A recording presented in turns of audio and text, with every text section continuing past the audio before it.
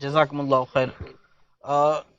پھر صاحب ليلة القدر کی اور کیا فضائل ہیں، کچھ خاص اور جو اہم؟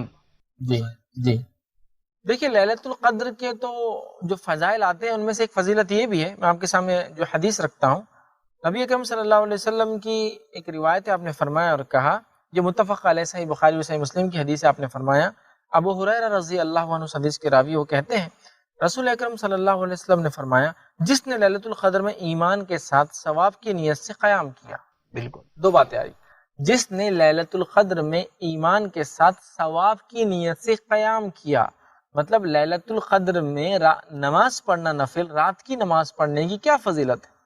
تو آپ نے فرمایا جس نے ليلة القدر میں ایمان کے ساتھ ثواب کی نیت سے قیام کیا، غفر له ما تقدمت من ذنبک، اس کے پچھلے تمام گناہ معاف ہو جاتے ہیں۔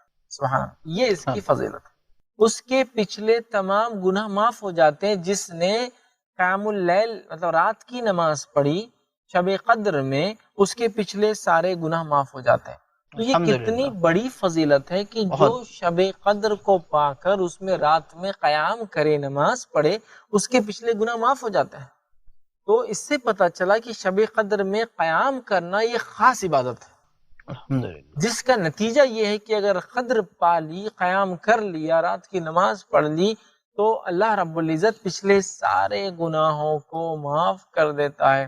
میں سمجھتا ہوں کتنی بڑی بات ہے، ایک تو 1000 مہینوں کی عبادت کا ثواب، پھر پچھلے سارے گناہ کے معافی کا ثواب، اس سے بڑا، اس سے گولڈن، اس سے اچھا آفر میں سمجھتا ہوں ہو ہی نہیں سکتا۔ پچھلے معاف کرا لو اور آنے والے 1000 مہینوں کا ثواب بھی پا لو، الحمدللہ، ڈبل آفر۔ بالکل۔ تو شب قدر کو پانا ہے، خاص طور سے نماز پڑھنا ہے، قیام کرنا ہے، تو پچھلے سارے گناہ معاف ہوتے ہیں، لیکن کنڈیشن شب قدر ہو، ایمان کے ساتھ ہو، اور اس نیت سے انسان جو ہے خالص نیت کے ساتھ، دیکھیے کیا فرمایا، ثواب کی نیت سے قیام کرے۔